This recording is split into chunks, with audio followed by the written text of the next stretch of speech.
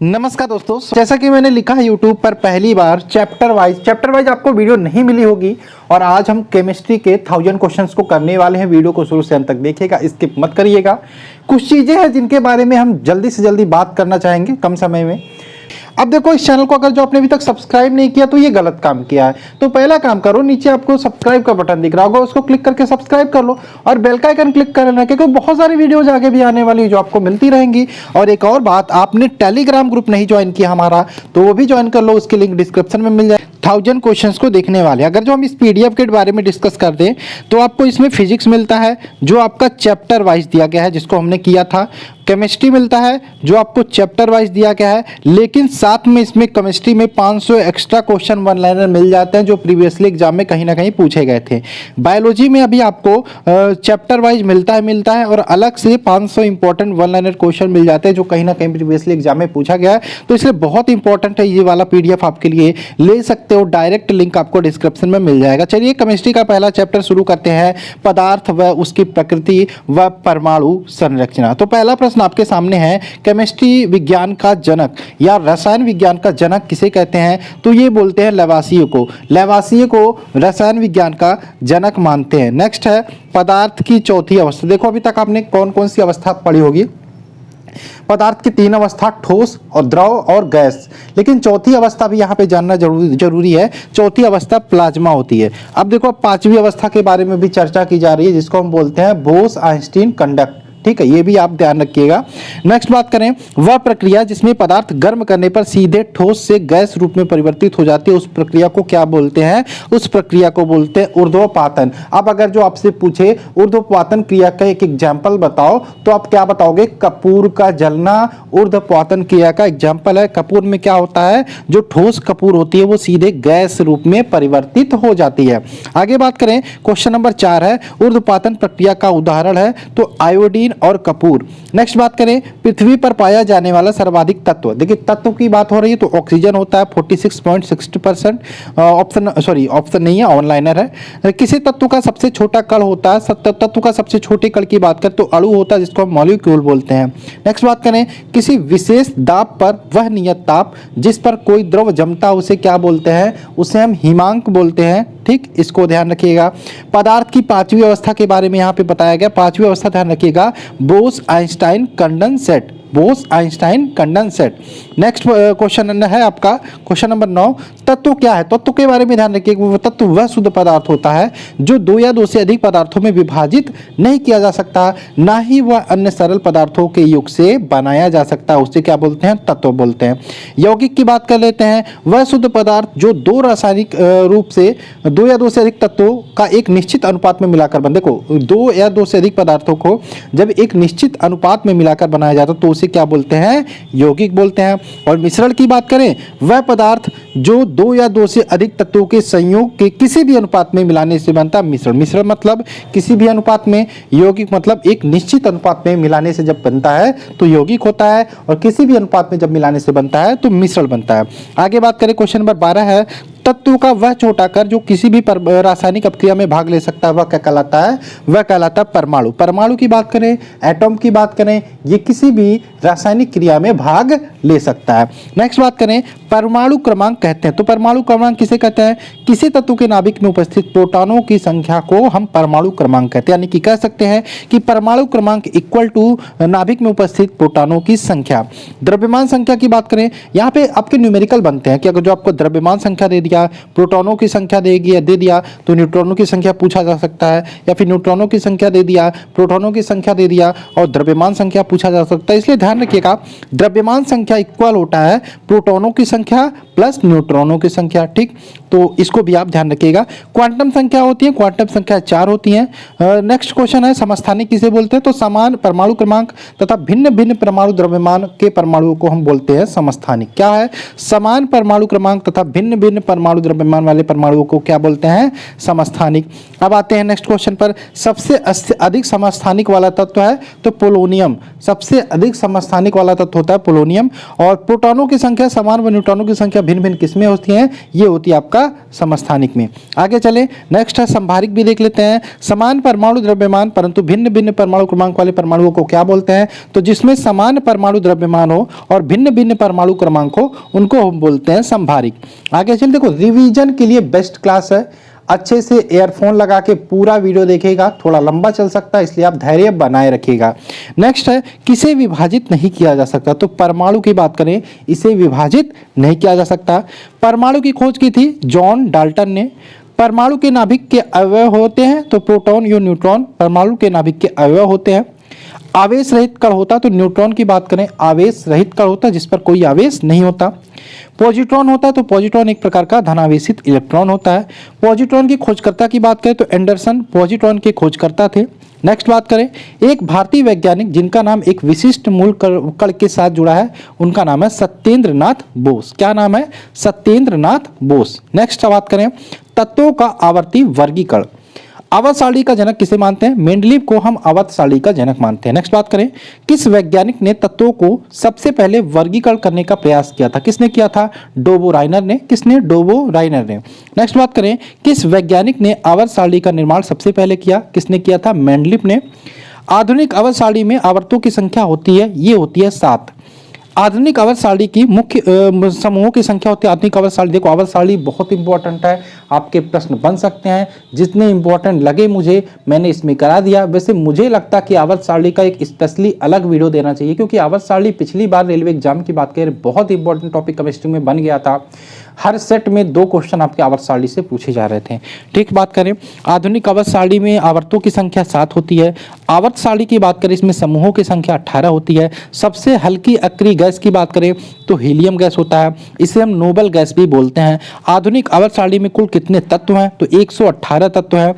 आवर्त सारणी में अक्रिय गैस कौन से समूह में आते हैं? तो अक्रिय गैस की बात करें तो ये 18वें समूह में आते हैं। आधुनिक आवर्त सारणी का सबसे बड़ा आवर्त की बात करें तो छठा जो आवर्त है वो सबसे बड़ा है, जिसमें कुल 32 तत्व शामिल है। आधुनिक आवर्त का सबसे छोटा आवर्त है 2। दूसरा जो आवर्त है वो सबसे छोटा है। आवर्त सारणी का पहला तत्व तो हाइड्रोजन होता है, ये सबको पता होगा। आधुनिक आवर्त में 17वें समूह को किस नाम से जानते हैं? तो 17वें समूह को हैलोजन नाम से जानते हैं। नेक्स्ट बात करें, आधुनिक आवर्त को आवर्त सारणी में तत्वों को किस आधार पर वर्गीकृत किया गया है? तो ये किया गया परमाणु क्रमांक के आधार पर। नेक्स्ट बात करें, आधुनिक आवर्त सारणी का सबसे हल्का धातु तो लिथियम होता है, सबसे हल्का धातु। नेक्स्ट, हैलोजन समूह में युक्त इलेक्ट्रॉनों की संख्या होती है, ये होती है 7।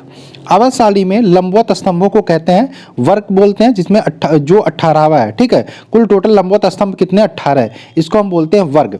आवर्त सारणी में क्षैतिज स्तंभों को बोलते हैं क्या बोलते हैं? आवर्त बोलते हैं। इसे ये कितने हैं आवर्त को टोटल बात करें? 7। जो लंबवत है यानी कि इस प्रकार से है उन्हें हम क्या बोलते हैं? वर्ग बोलते हैं, ये 18 है। और जो क्षैतिज है उसे आवर्त बोलते हैं, वो टोटल 7 है। आवर्त सारणी को सबसे क्रियाशील धातु, आवर्त सारणी की सबसे क्रियाशील धातु की बात करें फ्लोरीन होता है।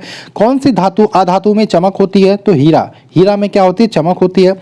सबसे ज्यादा पाया जाने वाला अक्रिय गैस आर्गन, सबसे ज्यादा पाए जाने वाला अक्रिय गैस। अक्रिय गैसों में मुक्त इलेक्ट्रॉनों की संख्या होती है कितनी होती है? 0 होती है। आधुनिक आवर्त सारणी का सबसे भारी धातु ऑस्मियम, ऑस्मियम सबसे भारी धातु। और आधुनिक आवर्त सारणी का कौन सा नया अक्रिय गैस जोड़ा गया? तो ओगोनसन नया अक्रिय गैस जोड़ा गया। नेक्स्ट बात करें, आधुनिक आवर्त सारणी में सब अक्रिय गैसों की संख्या होती है 7। आगे बात करें, आधुनिक आवर्त सारणी में अक्रिय गैस, देखो अक्रिय गैसों की बात करें कौन कौन सी हैं? Helium, neon, argon, krypton, xenon, radon और ओगोनसन, ये सारे आपके अक्रिय गैस हैं। यहाँ पे इसका ये ध्यान रखिएगा, जो पहचान चिन्ह है, प्रतीक चिन्ह है। ठीक, सोडियम का परमाणु क्रमांक होता है 11 होता है। किस धातु को सफ़ेद सोना भी कहते हैं? तो प्लेटिनम को हम सफ़ेद सोना के नाम से भी जानते हैं। काला अधातु किस तत्व को कहते हैं? ग्रेफाइट को हम काला अधातु बोलते हैं। सूर्य व तारों में पाया जाने वाला सबसे अधिकतम हाइड्रोजन होता है। हाइड्रोजन का परमाणु क्रमांक होता है 1। आवर्त सारणी का सबसे चमकदार धातु होता है प्लेटिनम। भारत में पाया जाने वाला रेडियो एक्टिव तत्व कौन सा है? थोरियम। थोरियम के एस का नाम है मोनोजाइट। क्या नाम है? मोनोजाइट। नेक्स्ट बात करें, किस गैस का ऊष्मीय मान सर्वाधिक होता है? हाइड्रोजन का। आवर्त सारणी में सबसे विद्युत धनात्मक तत्व है फ्लोरीन। नेक्स्ट बात करें, मानव शरीर में पाया जाने वाला सबसे अधिक तत्व ऑक्सीजन। पृथ्वी पर सबसे ज़्यादा पाया जाने वाला धातु आपका एल्युमिनियम है। नेक्स्ट बात करें, मेंडलीव द्वारा बनाई गई आवर्त में 9 वर्ग होते हैं, टोटल 9 वर्ग है और 7 आवर्त थे, ठीक है, जो मेंडलीव द्वारा बनाई गई आवर्त सारणी थी। आधुनिक आवर्त सारणी की बात करें किसके नियम पर आधारित है, तो ये मोसले के नियम पर आधारित है। सबसे अधिक इलेक्ट्रॉन बंधता होती है किस में होती है, क्लोरीन में होती है। आइए चलते हैं थर्ड टॉपिक पे। यहाँ पे थर्ड टॉपिक है आपका रासायनिक बंध। तो रासायनिक बंध में पहला क्वेश्चन है, धनायन तब बनता है जब परमाणु इलेक्ट्रॉन खोता है, तब क्या बनता है, धनायन बनता है। जैसे आप इलेक्ट्रॉन किसी और को दे रहे हो, यानी कि आप इलेक्ट्रॉन खो रहे हो, तो आपके पास पॉजिटिव आयन हो जाएगा। और आप इलेक्ट्रॉन रिसीव कर रहे हो, किसी से इलेक्ट्रॉन ले रहे हो, यानी कि आप रिसीवर हो, तो आप पे ऊपर निगेटिविटी आपका जो हो जाएगी, ऋणायन बन जाएगा, ठीक है। तो धनायन तब बनता है जब परमाणु इलेक्ट्रॉन खोता है, ऋणायन तब बनता है जब परमाणु इलेक्ट्रॉन ग्रहण करता है। आयनों से बने यौगिक का सामान्य नाम है वैद्युत संयोजक। नेक्स्ट बात करें, एक आयनिक बंध बनता है जब एक धातु तत्व का संयोग अधातु तत्व से होता है, तो क्या बनता है, आयनिक बॉन्ड बनता है। नेक्स्ट बात करें, विद्युत संयोजक बंध बनता है विपरीत अवशिष्ट आयनों से, क्या बनता है, विद्युत संयोजक बंध बनता है। नेक्स्ट बात करें, सहसंयोजी आबंध किसके कारण बनता है, तो सहसंयोजी आबंध की बात करें इलेक्ट्रॉनों के अंश भाजन के कारण बनता है। नेक्स्ट बात करें, जब एक ही तत्व के दो परमाणु परस्पर संयोग करते हैं तो उनके बीच बंधन की प्रकृति होती है, तो कैसी होती है, क्या क्वेश्चन है, जब एक ही तत्व के दो परमाणु परस्पर संयोग करते हैं तो उनके बीच जो बंधन की प्रकृति होती है वो अध्रुवीय सहसंयोजक होती है। नेक्स्ट बात करें, सोडियम क्लोराइड में होता है तो वैद्युत संयोजक बंधन होता है। जब एक रासायनिक बनता है तो इसमें क्या होता है, देखो रासायनिक बंध की बात हो, जब एक रासायनिक बंध बनता है तब इसमें ऊर्जा हमेशा निर्मुक्त होती है। नेक्स्ट बात करें, इथिलीन के अणु की प्रकृति कैसी होती है, तो समतल त्रिकोणीय होती है। मीथेन अणु में क्या होता है, तो मीथेन अणु की बात करें एक सहसंयोजक बॉन्ड होता है। हाइड्रोजन आबंध नहीं होता, तो मीथेन की बात रखें हाइड्रोजन आबंध नहीं होता। NH4Cl की बात करें तो इसमें पाया जाने वाला आबंध कैसा है, तो ध्यान रखिएगा NH4Cl में सहसंयोजक बॉन्ड, वैद्युत संयोजक और उप संयोजक यानी कि सभी बॉन्ड पाए जाते हैं, सभी आबंध होते हैं। नेक्स्ट बात करें, जल के अधिक क्वथनांक का कारण क्या होता है, जल के अणु में हाइड्रोजन आबंध होने के कारण जल का क्वथनांक जो होता है वो अधिक होता है। आगे बात करें ऑक्सीकरण और अपकरण, यहाँ से भी प्रश्न आपके बार बार बनते हैं। तो यहाँ पर पहला प्रश्न है, ऑक्सीकरण एक अभिक्रिया है जिसमें, ऑक्सीकरण के बारे में पूछ रहा है, तो ऑक्सीकरण ध्यान रखिएगा एक प्रकार का अभिक्रिया है जिसमें विद्युत धनात्मक समूह के अनुपात में वृद्धि होती है और इलेक्ट्रॉन का त्याग होता है और ऑक्सीजन का संयोग होता है, ये ध्यान रखिएगा। अवकरण एक ऐसी अभिक्रिया है इलेक्ट्रॉन का ग्रहण, अवकरण में इलेक्ट्रॉन का ग्रहण होता है और ऑक्सीकरण की बात करें इसमें इलेक्ट्रॉन का त्याग होता है। इलेक्ट्रॉन त्यागने की प्रवृत्ति को क्या बोलते हैं, ऑक्सीकरण बोलते हैं, और इलेक्ट्रॉन ग्रहण करने की प्रवृत्ति को अवकरण बोलते हैं। ठीक, विद्युत धनात्मक तत्वों के संयोग करने की क्रिया को क्या बोलते हैं, अवकरण बोलते हैं। विद्युत ऋणात्मक तत्वों से सहयोग करने की क्रिया को ऑक्सीकरण बोलते हैं। आगे बात करें, ऑक्सीकरण वह क्रिया है जिसमें तत्व की संयोजकता जो है वो क्या होती है, वो बढ़ जाती है। नेक्स्ट बात करें, ऑक्सीकरण अभिक्रिया में बात करें परमाणु के संयोजी इलेक्ट्रॉन भाग लेते हैं। नेक्स्ट बात करें, किसी अभिक्रिया में ऑक्सीकरण अवकरण क्या होता है, एक साथ होता है। नेक्स्ट बात करें, कौन सा पदार्थ ऑक्सीकरण व अवकरण दोनों है, तो बात करें हाइड्रोजन सल्फाइड H2S जो है वो ऑक्सीकरण और अवकरण दोनों है। हाइड्रोजन पेरोक्साइड, सल्फर डाइऑक्साइड और नाइट्रस ऑक्साइड ये सारे ऑक्सीकरण और अवकरण दोनों हैं। आगे बात करें, हाइड्रोजन के जलने से संबंधित प्रक्रिया को क्या बोलते हैं, ऑक्सीकरण बोलते हैं। लोहे पर जंग लगना किसका एग्जाम्पल है, तो ऑक्सीकरण का एग्जाम्पल है। और ऑक्सीजन की धनात्मकता ऑक्सीकरण संख्या 1 से को यहाँ पे बात करें, ऑक्सीकरण की धनात्मकता ऑक्सीकरण संख्या होती है केवल OF2 में। आगे बात करें, अम्ल, भस्म एवं लवण के इंपॉर्टेंट प्रश्नों को देख लेते हैं। तो यहाँ पे पहला प्रश्न है, अम्ल वह पदार्थ है जो प्रोटॉन को देता है। ठीक, भस्म की बात करें, वह पदार्थ है जो प्रोटॉन को ग्रहण करता है। नेक्स्ट बात करें, अम्ल व भस्म अभिक्रिया करके क्या बनाते हैं, लवण बनाते हैं। उदासीन क्रिया में क्या बनता है, लवण व जल बनता है। नेक्स्ट, अम्ल व भस्म के परीक्षण के लिए किसका प्रयोग किया जाता है, लिटमस पेपर का। नीले पत्र को लाल कर देती है, नीले लिटमस पेपर को लाल कर देती है कौन, अम्ल। लाल पत्र को नीला कौन कर देता है, भस्म या क्षार। नेक्स्ट बात करें, जल में घुलनशील भस्म को क्या बोलते हैं, क्षार बोलते हैं। सभी अम्ल जल में घुलकर प्रदान करते हैं H+ आयन प्रदान करते हैं। भस्मों का स्वाद कैसा होता है, खारा होता है। नेक्स्ट बात करें, भस्मों के जलीय घोल में कौन सा आयन होता है, तो OH नेगेटिव आयन होता है। सभी लवण होते हैं वैद्युत अपघट्य। पीएच का निर्धारण किसने किया था? सोरेनसन ने पीएच का निर्धारण किया था। पीएच मतलब होता है पोटेंशियल ऑफ हाइड्रोजन, और इसी से निर्धारण होता है कि कोई भी द्रव जो है वो अम्लीय है या क्षारीय है या उदासीन है।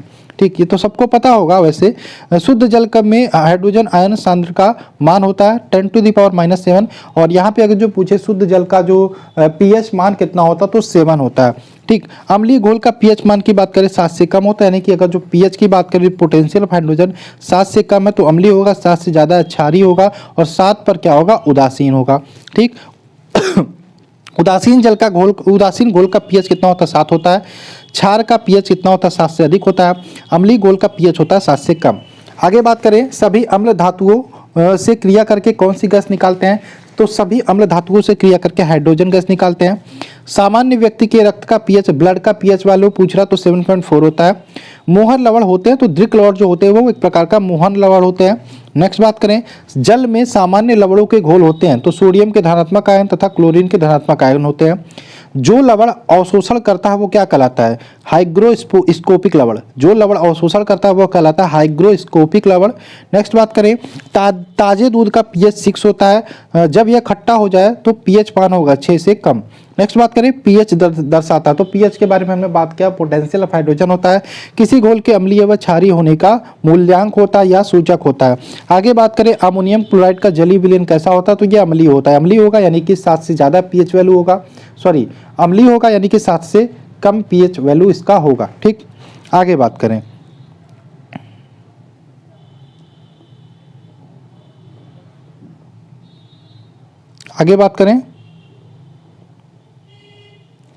जलीय विलयन में अम्लता के परीक्षण के लिए कौन सा यंत्र प्रयोग करते हैं? तो पीएच मीटर का प्रयोग करता है। ये देख लेते हैं कुछ प्राकृतिक अम्ल। ठीक है, यहाँ पे बात करें सिरका की बात करें तो सिरका में एसिटिक अम्ल होता है। नींबू संतरा की बात करें सिट्रिक अम्ल होता है। इमली की बात करें टार्ट्रिक अम्ल होता है इमली में। टमाटर की बात करें टमाटर में एक्जेलिक अम्ल होता है। दही की बात करें लैक्टिक अम्ल होता है। और चींटी के बिच्छू के डंक की बात करें इसमें मेथोनोइक अम्ल होता है। ये कई बार पूछा गया तो ध्यान रखिएगा। सिरका एसिटिक अम्ल, संतरा नींबू की बात करें सिट्रिक अम्ल, इमली की बात करें टार्टरिक अम्ल, टमाटर की बात करें एक्जेलिक अम्ल, दही की बात करें लैक्टिक अम्ल, और चींटी व बिच्छू के डंक की बात करें तो इसमें मेथोनोइक अम्ल होता है। अब कुछ सामान्य पदार्थों के पीएच वैल्यू की बात कर लेते हैं। समुद्री जल का पीएच मान अगर जो पूछे, ये वही है जो बार बार पूछे जाते हैं, तो 8.4 होता है। 8.4 मतलब ये क्षारीय होता है। ठीक, अम्लीय नहीं क्षारीय होता है। रक्त की बात करें तो 7.4 होता है। लार की बात करें मनुष्य का 6.5 होता है। दूध की बात करें 6.4 होता है। मूत्र की बात करें मानव मूत्र का 6 होता है। शराब की बात करें 2.8 होता है, ये शराब है। सिरका की बात करें 2.4 होता है। नींबू की बात करें 2.2 उसका पीएच वैल्यू होता है। आगे बात करें, कैल्शियम हाइड्रोक्साइड का भस्म का उपयोग होता है तो यहाँ पे बात करें घरों में चूना पोतने में, गारा व प्लास्टर बनाने में, ब्लीचिंग पाउडर में, और जल को मृदु बनाने में हम कैल्शियम हाइड्रोक्साइड का उपयोग करते हैं। नेक्स्ट बात करें, कास्टिक सोडा या सोडियम हाइड्रोक्साइड भस्म का उपयोग होता है तो कास्टिक सोडा या सोडियम हाइड्रोक्साइड की बात करें तो साबुन बनाने में, पेट्रोलियम साफ करने में, दवा बनाने में, कपड़ा व कागज बनाने में उपयोग करते हैं।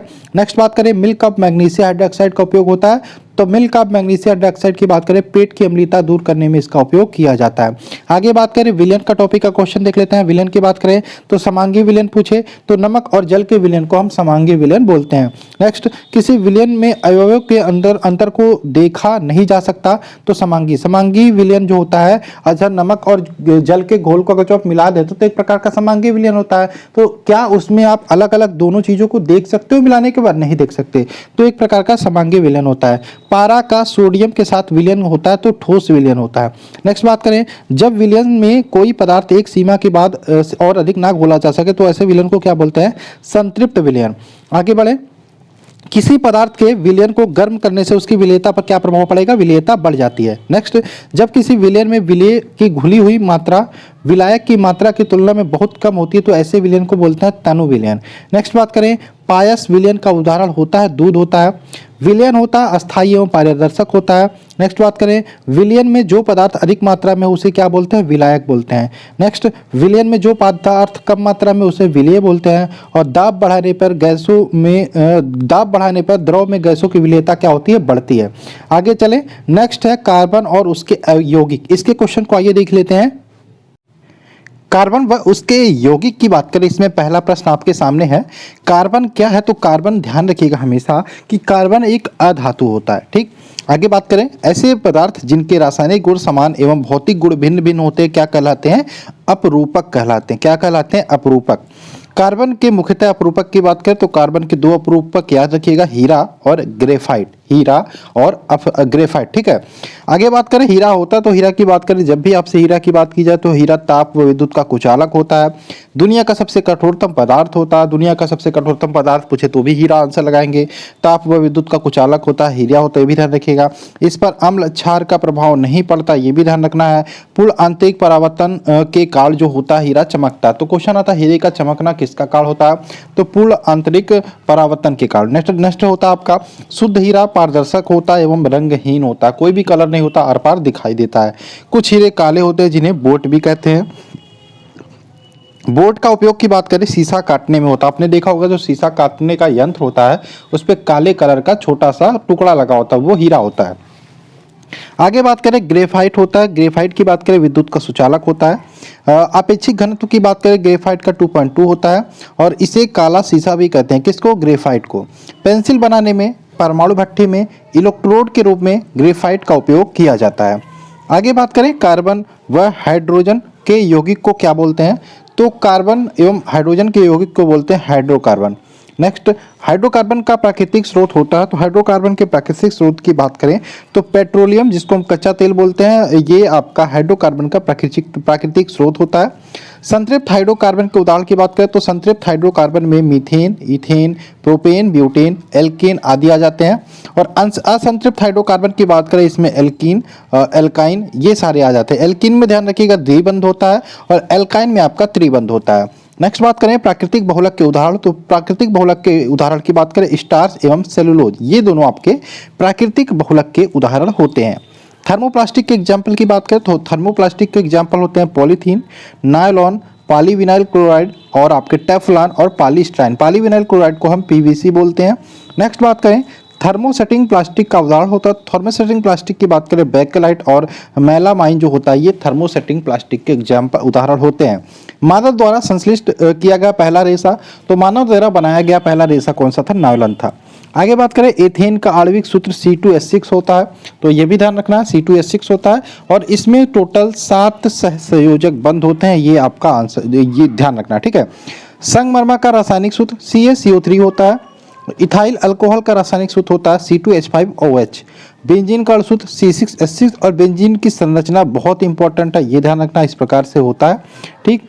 अब बात करें स्टील की कठोरता प्रदान करने के लिए उसमें बढ़ाई जाती है, तो स्टील को कठोर बनाने के लिए उसमें क्या बढ़ाई जाती है? कार्बन की मात्रा।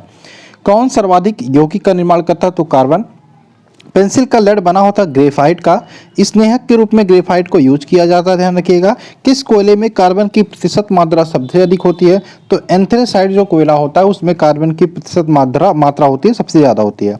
सर्वाधिक मजबूत पदार्थ की बात करें ग्राफीन होता है और रासायनिक रूप से सूखी बर्फ बोलते हैं, तो ठोस CO2 यानी कि ठोस कार्बन डाइऑक्साइड को क्या बोलते हैं? सूखी बर्फ बोलते हैं।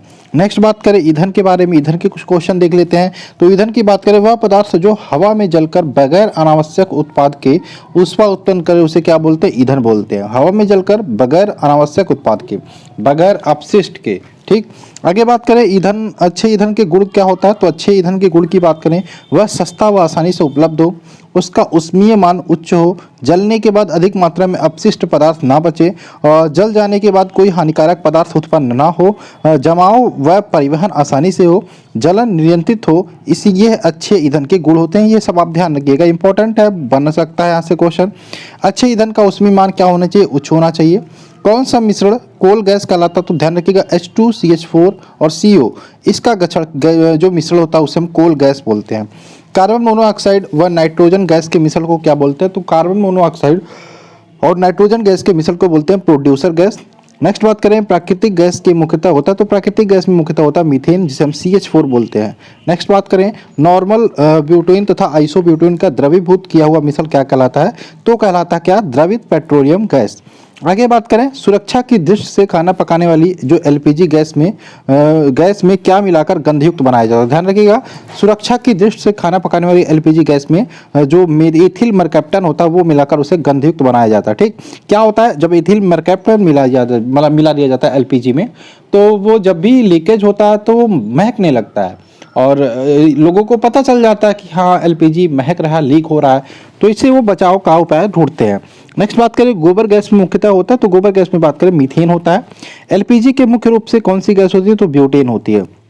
वाटर गैस किन दो गैसों का मिश्रण होता है, तो वाटर गैस की बात करें CO+H2 गैसों का मिश्रण होता है। नेक्स्ट, जिस न्यूनतम ताप पर कोई पदार्थ जलना शुरू करता है उसे क्या बोलते हैं, ज्वलन ताप। नेक्स्ट, श्वसन किस प्रकार की क्रिया है, तो श्वसन की बात करें मंद दहन क्रिया है।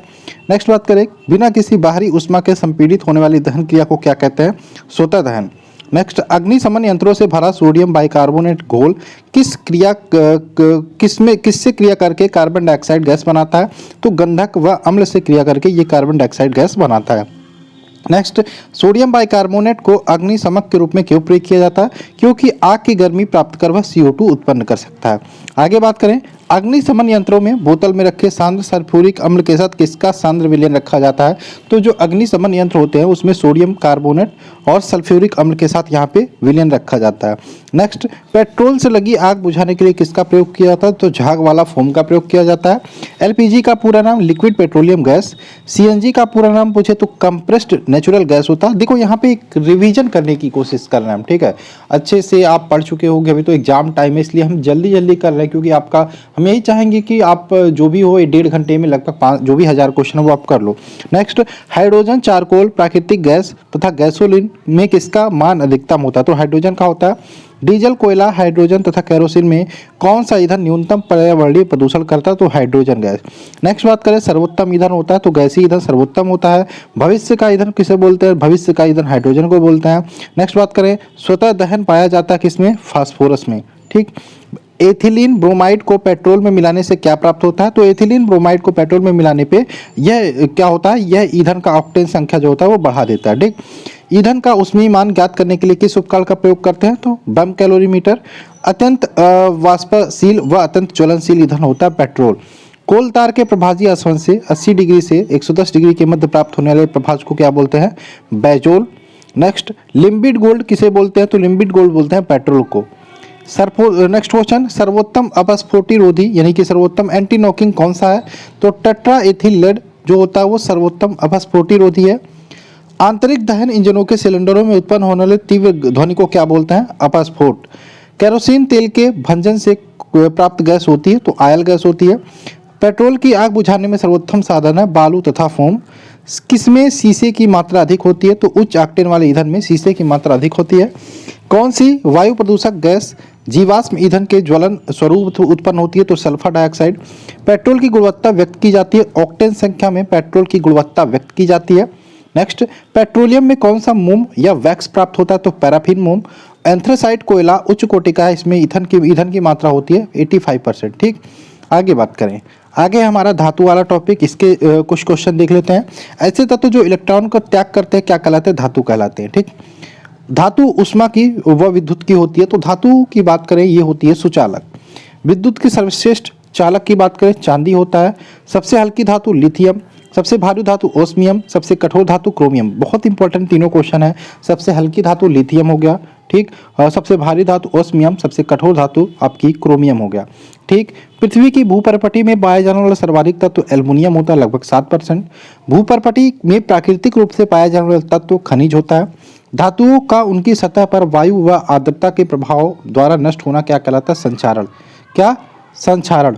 ठीक, आगे बात करें, लोहे पर जंग लगना किसका उदाहरण है, तो रासायनिक परिवर्तन का उदाहरण है। जंग लगने से लोहे के भार पर क्या प्रभाव पड़ता है, भार बढ़ जाता है। नेक्स्ट, लोहे में जंग लगने से बना पदार्थ होता है, तो क्या होता है, फेरोसफेरिक ऑक्साइड। आगे बात करें, लोहे पर जंग लगने से बचाने के लिए उसमें जस्ते की पतली परत चढ़ा जाती है, उसे क्या कहते हैं, गैल्वेनीकरण। आगे टंगस्टन का गलनांक होता है, तो टंगस्टन के गलनांक की बात करें लगभग 3500 डिग्री सेल्सियस होता है। एक रेडियो सक्रिय तत्व फ्रांसियम, फ्रांसियम क्या होता है, रेडियो सक्रिय तत्व होता है। ठीक, आगे बात करें, आतिशबाजी के दौरान हरा रंग होता है तो हरा रंग किसकी उपस्थिति के कारण होता है? बेरियम की उपस्थिति के कारण। नेक्स्ट, धातुओं में सबसे अधिक अधात्वर्थ है तो सोना चांदी धातुओं में सबसे अधिक अधात्वर्थ है। कैंसर रोग के इलाज के लिए उपयोगी होता है तो कोबाल्ट के समस्थानिक कैंसर के रोगी के उपचार के लिए उपयोग किए जाते हैं। रेडियम का निष्कर्षण किया जाता है पिच प्लेट के द्वारा। वायुयान के निर्माण में कौन सी धातु प्रयोग हो जाती है? पैलोडियम। कौन सी धातु कमरे के तापमान पर द्रव अवस्था में होती है? गैलियम। किसका उपयोग जल को मृदु बनाने में होता है? जियोलाइट का उपयोग। नेक्स्ट, नाइक्रोम किसका मिश्र धातु है? तो नाइक्रोम की बात करें निकिल, क्रोमियम, आयरन का मिश्र धातु होता है। आगे, विद्युत हीटर की कुंडली में प्रयुक्त तार होता है नाइक्रोम का।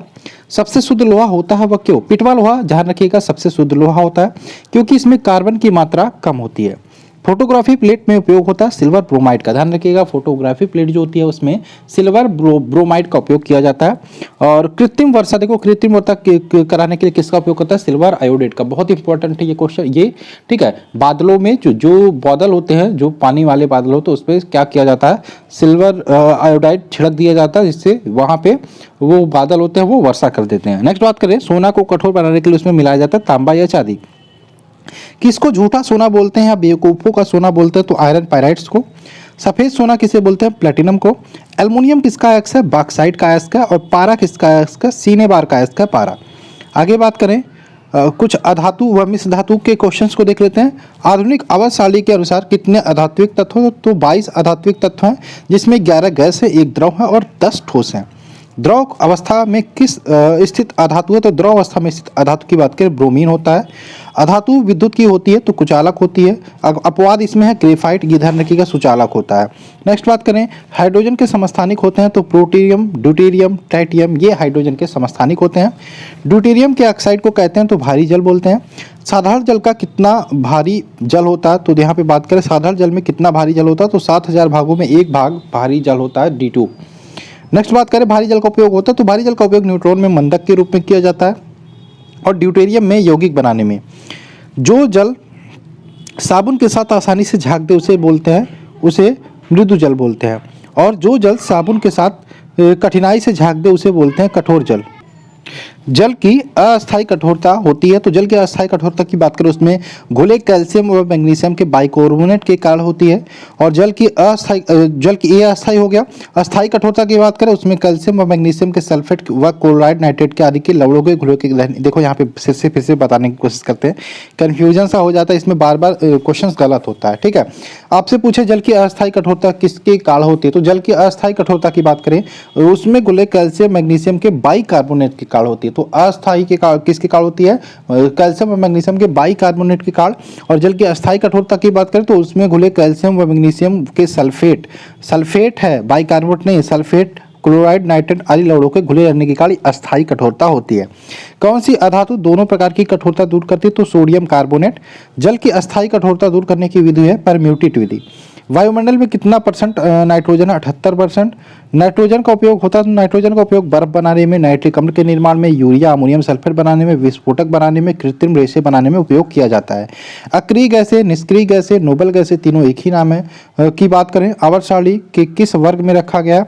तो यहाँ पे ध्यान रखिएगा आवर्त सारणी के वर्ग 0 में 6 तत्व है। टोटल बात करें helium, neon, argon, krypton, xenon, radon, ये सारे अक्रिय गैस हैं। अगर जो बात करें हीलियम गैस के उपयोग की तो गुब्बारे के भरने में, मौसम संबंधी अध्ययनों में, ठंडी वायु वाली नाभिकीय भट्टियों में, गोताखोरों को अधिक गहराई में सांस लेने के लिए ऑक्सीजन के साथ हीलियम मिला दिया जाता है। नेक्स्ट बात करें वायुमंडल में सबसे ज़्यादा पाया जाने वाला अक्रिय गैस होता है आर्गन। क्लोरीन के उपयोग की बात करें तो हाइड्रोक्लोरिक अम्ल बनाने में, मस्टर्ड गैस बनाने में, ब्लीचिंग पाउडर बनाने में क्लोरीन का उपयोग किया जाता है। पीतल के मिश्रण की बात करें, पीतल किसका मिश्रण है? पिताजी, यानी कि पी से पीतल हो गया, ता से हो गया तांबा और जय से हो गया जिंक। जिंक और तांबे का मिश्रण होता है पीतल। कांसा की बात करें तो तांबा और टिन का मिश्रण होता है कांसा। गन मेटल की बात करें कापर, जिंक और यहाँ पे टिन का मिश्रण होता है क्या? Gun metal. टाका सोल्डर किसका मिश्रण होता है? जो सोल्डर हम जोड़ते हैं तारों को, टिन तथा सीसा का मिश्रण होता है, इसको भी आप ध्यान रखिएगा। आगे बात करें कुछ मानव निर्मित पदार्थ हैं, इनको भी देख लेते हैं। डायनामाइट का आविष्कार किया था अल्फ्रेड नोबेल ने। RDX का पूरा नाम पूछता है यहाँ पे, research and developed explosive, research and developed explosive. RDX का रासायनिक नाम तो साइक्लो ट्राइमिथाइल नाइट्रोटेमाइन, ठीक है, RDX का रासायनिक नाम हो गया। RDX की विस्फोटक ऊष्मा होती है 1510 किलो कैलोरी प्रति किलोग्राम। टीएनटी का पूरा नाम ट्राइनाइट्रोटोलुइन। टीएनटी की विस्फोटक गति 6900 मीटर पर सेकंड। और टीएनपी का पूरा नाम पूछे ट्राइनाइट्रो रेनॉल। टीएनपी का अन्य नाम पिक्रिक अम्ल भी बोलते हैं। टीएनजी का पूरा नाम पूछे ट्राइनाइट्रोग्लिसरीन। नेक्स्ट आपका डायनामाइट का मुख्य घटक होता है टीएनजी। साबुन बनाने की क्रिया को कहते हैं साबुनीकरण। और सीमेंट किसका मिश्रण होता है, तो सीमेंट की बात करें कैल्शियम सिलिकेट व एल्युमिनियम सिलिकेट का मिश्रण होता है। आगे बात करें उत्प्रेरक के कुछ क्वेश्चन देख लेते हैं। तो वे पदार्थ जिनमें उपस्थित रासायनिक अपक्रिया तेजी से होती है वो क्या कहलाते हैं, उत्प्रेरक। देखिए यहाँ पे पीडीएफ के बारे में मैं बार बार बोलता हूँ, पीडीएफ जरूर ले लो क्योंकि रिवीजन आप पीडीएफ से कर सकते हो। अमोनियम गैस बनाने की हैबर विधि में उत्प्रेरक होता तो लोहे का चूड़ उपयोग किया जाता है उत्प्रेरक के रूप में।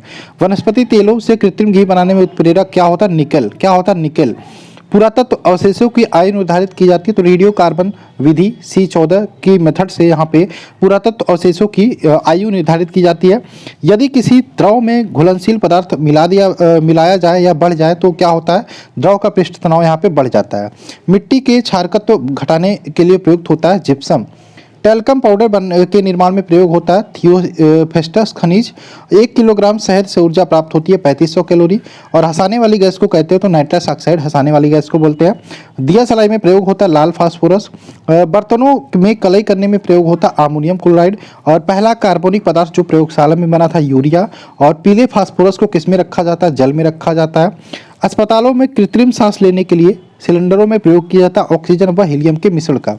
सौर सेलों में किसका प्रयोग होता है, सीजियम का। सोडियम को रखा जाता है मिट्टी के तेलों में। सबसे का घनत्व तो यहाँ पे सबसे हल्का सबसे प्रबल तत्व है। देखिए घनत्व में सबसे हल्का सबसे प्रबल अपचायक तत्व होता है लिथियम। पोलोनियम का सर्वाधिक समस्थानिक होते हैं तो पोलोनियम के सर्वाधिक समस्थानिक होते हैं कितने, 27। ये हो गए। देखिए यहाँ पे टोटल जो चैप्टर वाइज क्वेश्चन थे इसको हमने कर लिया। अब आइए हम यहाँ पे चलते हैं, बार बार पूछे जाने वाले 500 और अदर वन लाइनर क्वेश्चन है, इनको भी हम देख लेते हैं। पहला क्वेश्चन है आपका इस्पात में होता, तो इस्पात में बात करें कार्बन की प्रतिशत मात्रा की तो 0.1 से 2% के समथिंग होता है। श्वसन प्रक्रम में वायु के किस घटक का प्रयोग किया जाता है, तो श्वसन प्रक्रम में ऑक्सीजन का प्रयोग किया जाता है।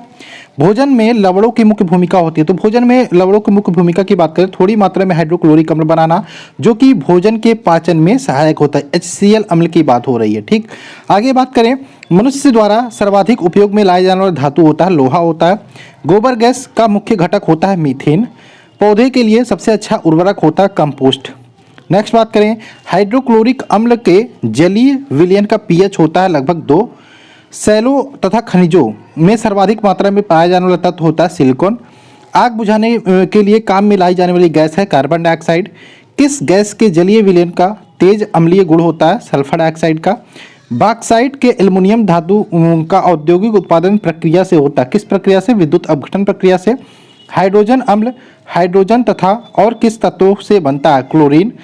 एथिलीन तथा स्टाइराइन का व्यापारिक उपयोगिता उनकी क्षमता की कारण होती है, किसकी क्षमता के कारण, बहुलीकरण। नेक्स्ट बात करें जल के साथ स्वच्छ विलयन नहीं बनाने वाला यौगिक है बेंजोइक अम्ल।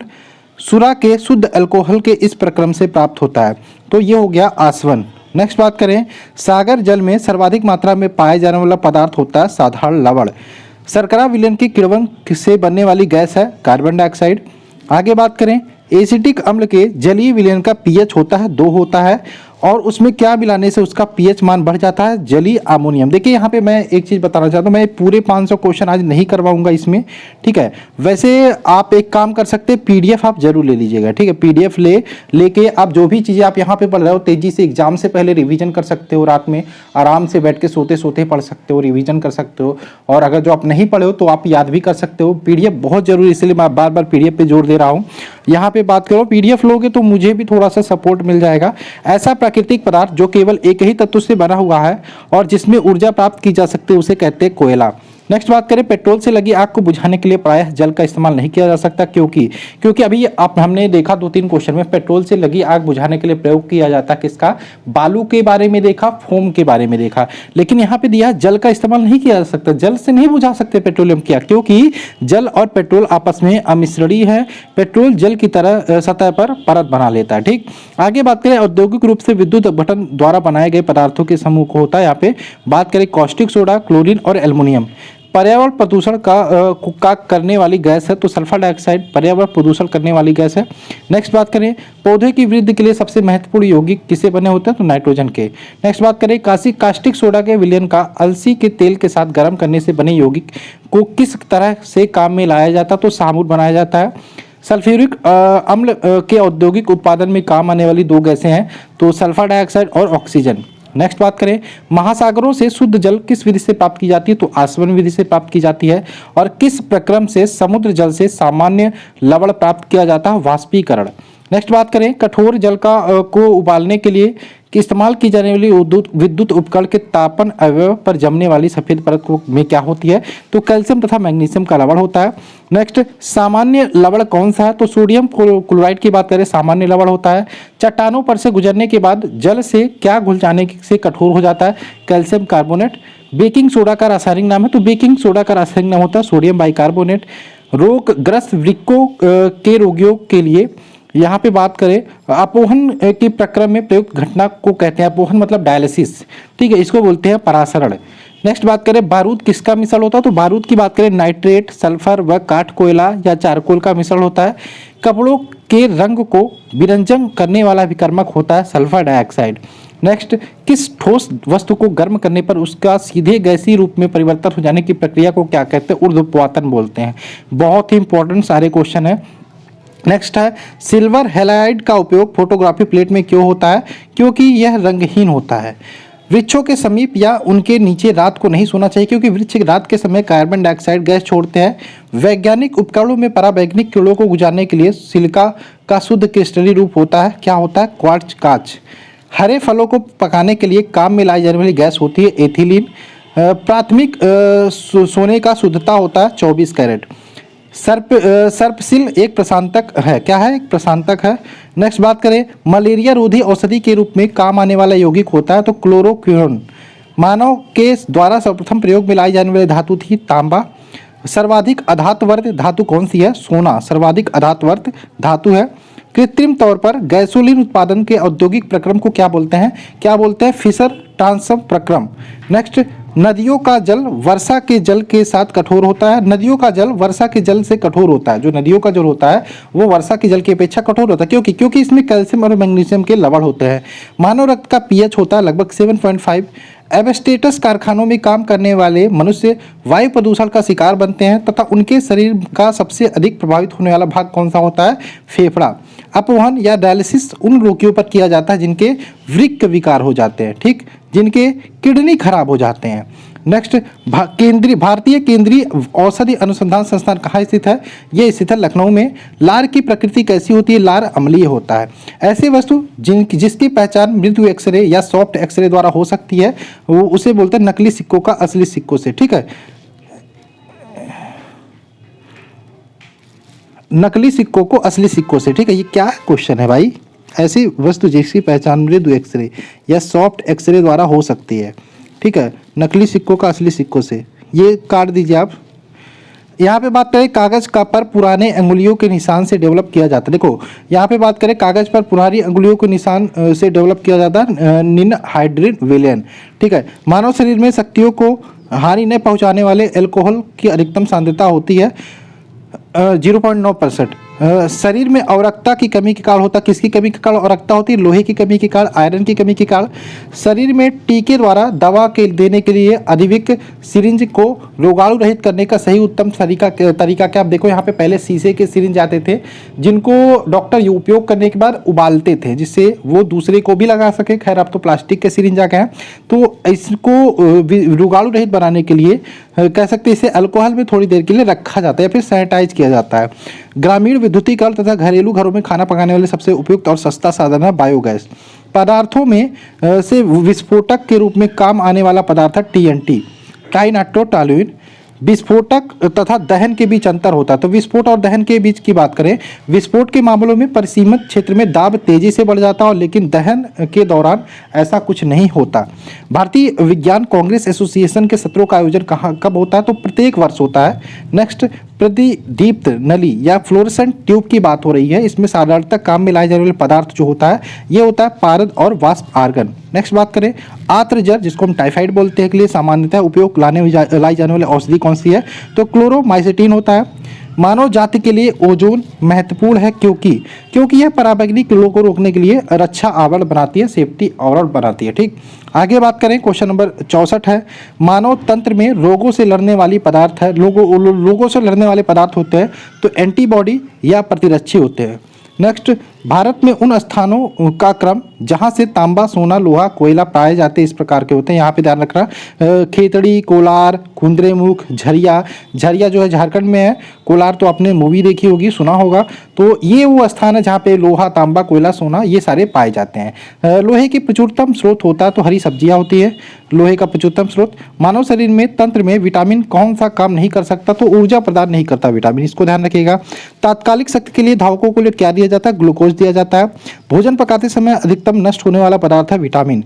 ब्रेड बनाने में गूथा हुआ आटा किसके कारण फूल जाता है, तो किण्वन प्रक्रम के दौरान बनने वाली कार्बन डाइऑक्साइड का मोचन क्रिया द्वारा ये फूल जाता है। नेक्स्ट है सभी अम्लों में कौन सा तत्व अनिवार्य होता है, तो हाइड्रोजन तत्व अनिवार्य होता है। तेल कुओं में तेल, जल और गैस इस क्रम में होते हैं, कैसे, जल, तेल, गैस। ठीक, पीने वाला सोडा होता है तो प्रकृति से अम्लीय होता है, प्रकृति से अम्लीय। संक्रमण तथा अपक्षय को रोकने वाली औषधि कहलाती है प्रतिरोधी या एंटीसेप्टिक। मिश्रण से यौगिक को उनको अपशिष्टों रूप में अलग करने के प्रक्रम को क्या बोलते हैं, शोधन बोलते हैं। जीवित तंत्रों के अध्ययन से संबंधित रसायन की शाखा का क्या नाम है, जैविक रसायन। निर्जल कैल्शियम क्लोराइड किसकी तरह काम करता है, तो निर्जलीकरण या डिहाइड्रेटिंग एजेंट की तरह काम करता है। कोलेस्ट्रॉल है, कोलेस्ट्रॉल की बात करें तो जीव वसा में पाया जाने वाला वसा अल्कोहल होता है, कोलेस्ट्रॉल होता है। नेक्स्ट बात करें क्वेश्चन नंबर 79, धूल और ग्रीस को सतह से साफ करने वाले पदार्थ को क्या बोलते हैं, अपमार्जक। नेक्स्ट आपका धूल और ग्रीस की सतह को साफ करने वाले पदार्थ को बोलते हैं अपमार्जक। संलग्न या फ्यूजन गलन को बढ़ावा देने वाले धातुओं के साथ मिलाए जाने वाले पदार्थ क्या होता है, गालक की, जिसे हम फ्लक्स बोलते हैं।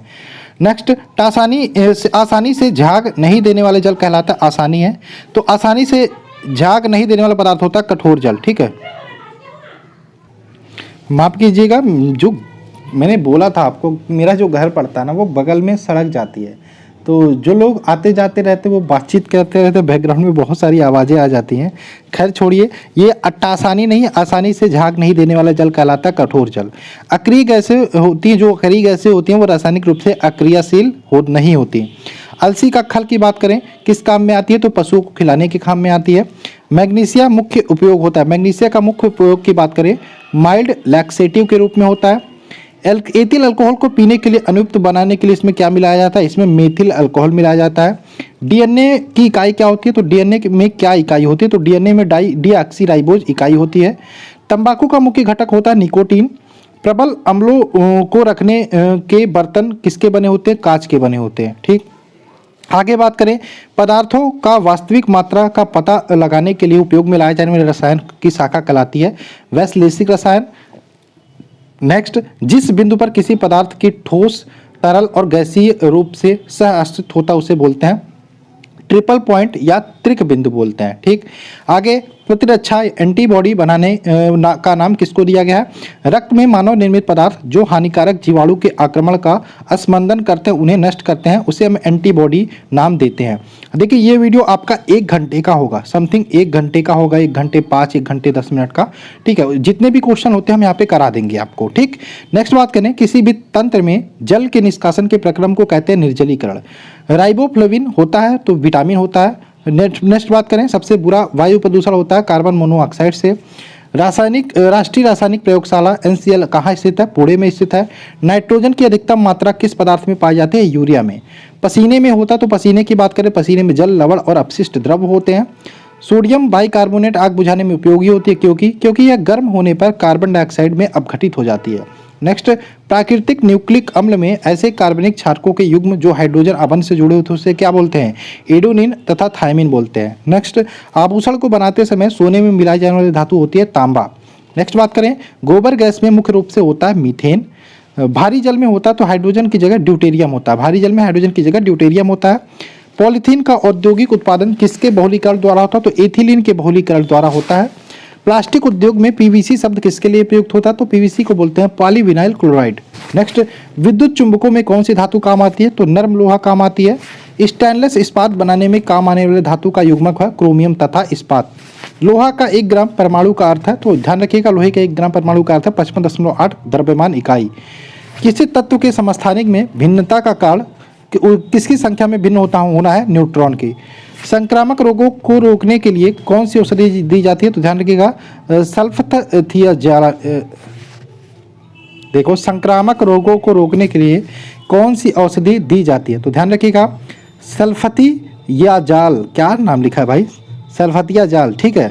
उष्मा तथा दाब से हमेशा के लिए विरूपित किया जाने वाला पदार्थ कहलाता है ताप सुनम्य या थर्मोस्टेट, ठीक है। आगे बात करें, कांटेक्ट प्रक्रिया या कांटेक्ट प्रोसेस में सल्फर डाइऑक्साइड को सल्फर ट्राइऑक्साइड में परिवर्तित करने की प्रक्रिया क्या कहलाती है? ऊष्माक्षेपी। वायुमंडल में हवा का सबसे बड़ा घटक होता है नाइट्रोजन। किसमें एसिटिलीकरण के से हीरोइन बनाई जाती है? तो मार्फिन। किसके एसिटिलीकरण से हीरोइन बनाई जाती है? मार्फिन के एसिटिलीकरण से हीरोइन बनाई जाती है। प्राकृतिक कवक नाशक का एक उदाहरण है ब्यूरोन, ठीक है। नेक्स्ट बात करें, सबसे पुराना पीड़कनाशी है निकोटीन। लकड़ी के भंजक आसवन से उत्पन्न होने वाला कार्बनिक विलायक होता है तो एसीटोन और मेथेनॉल। रासायनिक रूप से इंसुलिन है, तो पेप्टाइड जो होता है वो रासायनिक रूप से इंसुलिन का काम करता है। वे प्रक्रिया जिनमें कृत्रिम एंजाइम बनाने के लिए काम में लाया जाता है तो उसे बोलते हैं आनुवांशिकी इंजीनियरिंग या क्राउन ईथन का संश्लेषण। आगे बात करें, एल्युमिनियम पर क्लोरेट किस काम में आता है? तो संकर नोदक के रूप में काम आता है। रासायनिक तौर पर जल एक क्या है? जल एक ऑक्साइड है। अपमार्जक बनाने के लिए आमतौर में प्रयोग में लाया जाने वाला अल्कोहल है लॉरिल अल्कोहल। फ्लिंट कांच में होता तो लेड क्रोमेट होता। क्या होता है? Lead chromate. अपवर्जन शब्द किस वैज्ञानिक द्वारा प्रतिपादित किया गया था सिद्धांत है? तो पाउली द्वारा।